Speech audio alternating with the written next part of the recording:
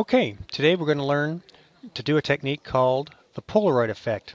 The Polaroid effect is just kind of turning your digital photos into what looks like drugstore printed pictures or pictures that came out of a Polaroid camera with the little white borders around them.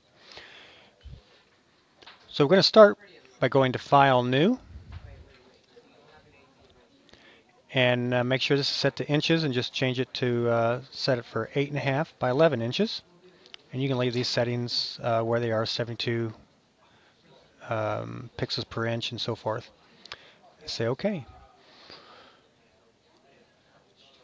Now we're going to want a colored background for this to make our photos kind of stand out more. And the quickest way to do that is just to hit on your keyboard Shift Backspace, and this little dialog box comes up. And you've got several options here to get a pure black or pure white or gray background.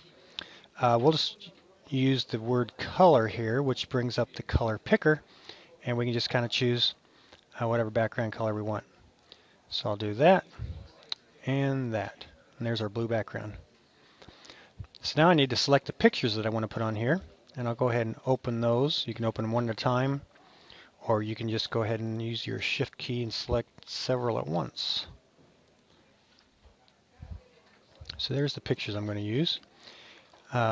Let's go ahead and bring the dingo in, and you do that by using the Move tool. And so you just click on the picture, hold down the mouse, and drag slowly. And that little plus sign means that we do have a picture that we can place right here by just releasing the mouse. So there it is, and we can move it around wherever we want it. You'll see here you notice here on the layers palette, we now have a separate layer just for that picture, which you can identify by clicking on the eyeball, making it invisible and visible. If you want to, you can click on this and name it Dingo. Okay, let's go ahead and drag the other picture in, same way. And this picture is a little bit too big for my purposes, so I'm going to hit the free transform shortcut, which is Control T. You get that by going to Edit, Free Transform, and there's your shortcut, Control T. So Control T.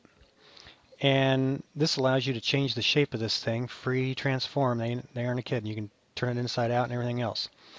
But the problem is when people use this, they make the picture look incorrect by making it too skinny or too fat or whatever. And to keep it correct, precisely correct, you just hold down the Shift key, and now you're constrained to the exact proportions of the original picture. So you don't have to worry about eyeballing it. So I think that's got it right there. Let go of the mouse, let go of the Shift key, and now hit Enter to place that transformation.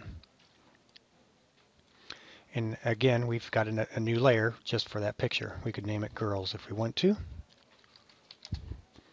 All right, now we've got one more picture, and you notice it's quite a bit bigger, and we'll drag it in here, and it just absolutely completely takes over our project here. So again, we're going to do it the same way. Control T. I'm going to hit the Shift button and start dragging this corner down.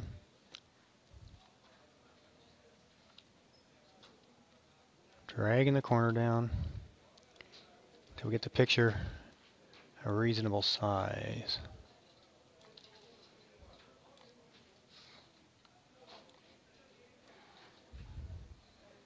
Something like that.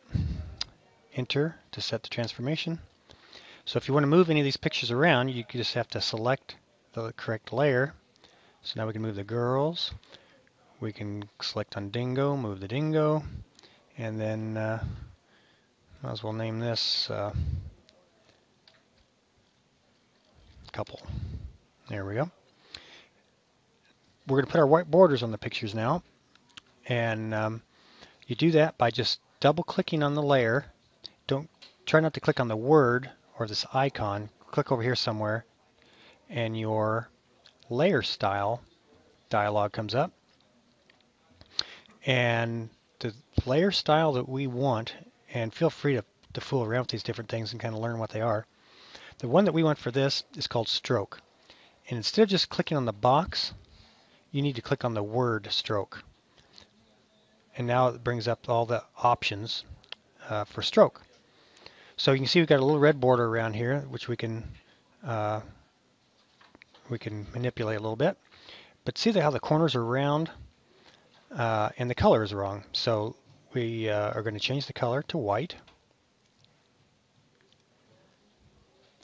And now we need to get rid of that rounded corner by changing the position to inside and then making this size look correct. One more thing we can do to layer style to make this look even more realistic, to make it look like a photo is just laying down on top of this blue paper. We could give it just a slight shadow. So click on the word drop shadow, and then you can manipulate some of these little settings to get the look that you want. And that makes it look a little more natural. And then we'll say OK. Now we need to do that to the other two pictures, but rather than going in and manually doing all those settings again and trying to remember what they indeed were, we can just right click on this layer and say copy layer style, and then go down to this layer, right click and say paste layer style, and there you go. Go down to the dingo, right click, paste layer style, and there we have three Polaroid looking pictures. Now one more thing to make this look even more natural is if the pictures were just kind of tossed down on this blue piece of paper. I'm going to give each of these layers a little twist. To do that, I'm going to hit Control T again. That's your free transform. And just give the picture a little turn and hit Enter. Go to the girls, Control T, give it a little twist, Enter. Go down to the couple, Control T, give it a little twist, and go this way. And then if you don't like the order of the pictures, you can drag the layers up and down, put the girls on top, whatever you want.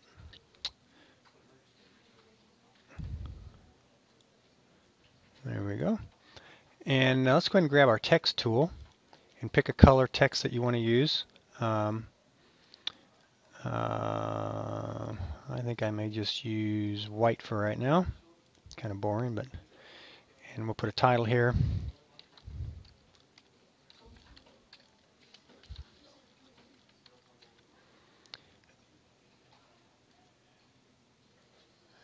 And then since we've learned to use the layer style and put stroke on the pictures, we can do the same thing with our text here.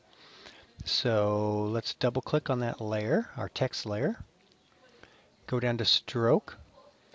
And this time I think I'll go to black as my stroke color. You can experiment around with different things. And experiment around if you like the stroke inside, outside, centered, and then whatever size you want.